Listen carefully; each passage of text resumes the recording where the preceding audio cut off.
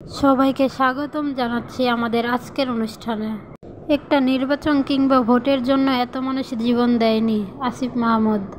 শুধু একটা নির্বাচন কিংবা ভোটের জন্য এত মানুষ জীবন দেয়নি বলে মন্তব্য করেছেন অন্তর্বর্তী সরকারের যুব ও ক্রীড়া এবং স্থানীয় সরকার পল্লী উন্নয়ন ও সমবায় মন্ত্রণালয়ের উপদেষ্টা আসিফ মাহমুদ সজীব ভুঁইয়া।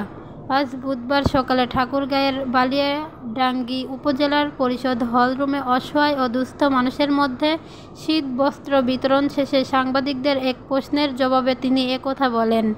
উপদেষ্টা আসিফ মাহমুদ সজীব ভুঁইয়া বলেন, এই গণ অভ্যুত্থানের যে এক দফা ছিল তা হলো স্বৈরাচারী শেখ হাসিনার পতন ও ফ্যাসিবাদী ব্যবস্থার বিলোপ। ফ্যাসিবাদী ব্যবস্থার বিলোপ বলতে আমরা স্পষ্টভাবে বুঝি বাংলাদেশের প্রতিষ্ঠানগুলোকে ফ্যাসিজমের মধ্য দিয়ে নিয়ে যাওয়া হয়েছে। সব প্রতিষ্ঠানকে ধ্বংস অবস্থায় রেখে যাওয়া হয়েছে। আর্থিক প্রতিষ্ঠানগুলোকে ধ্বংস করা হয়েছে। সেই জায়গা থেকে এক দফা বাস্তবায়নের জায়গা থেকে আমরা মনে করি সংস্কারের কার্যক্রম অত্যন্ত গুরুত্বপূর্ণ। শুধু একটা নির্বাচন কিংবা ভোটের জন্য এত মানুষ জীবন দেয়নি। আমরা ধারণা করছি 2 সহস্রাধিক মানুষ শহীদ ও 20,000-এর বেশি আহত। শহীদ পরিবার ও আহত ব্যক্তিরাও সংস্কারের কথা বলছেন। মন্তব্য করে আসিফ মাহমুদ বলেন, এই সংস্কারের ক্লিয়ার ম্যান্ডেট হচ্ছে আমরা সংস্কার কার্যক্রমগুলো করব। আপনারা জানেন আমাদের কমিশনগুলোর 3 মাসের মতো সময় হয়ে যাচ্ছে। তারা প্রস্তাবনা দেবে, তারপর যারা স্টেক হোল্ডার আছে তাদের সঙ্গে কথা বলে সংস্কার কার্যক্রম বাস্তবায়ন করে একটা নির্বাচনের দিকে যাব।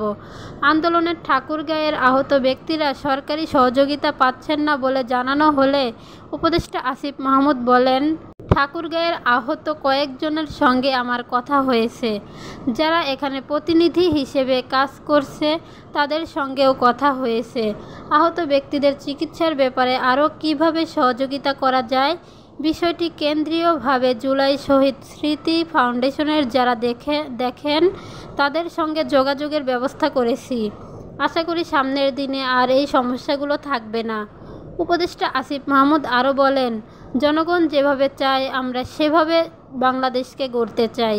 প্রতিটি প্রতিষ্ঠান যেন জনবান্ধব হয়ে কাজ করতে পারে সেভাবেই গড়ে দিয়ে যেতে চাই। এই সময় স্থানীয় সরকার প্রকৌশল অধিদপ্তরের ঠাকুরগাঁও কার্যালয়ের নির্বাহী প্রকৌশলী মোহাম্মদ মামুন বিশ্বাস, অতিরিক্ত জেলা প্রশাসক সরদার মোস্তফা শাহীন, অতিরিক্ত পুলিশ সুপার লিজা বেগম, বালিয়াডাঙ্গি উপজেলা নির্বাহী কর্মকর্তা পলাশ কুমার দেবনাথ প্রমুখ বক্তব্য দেন।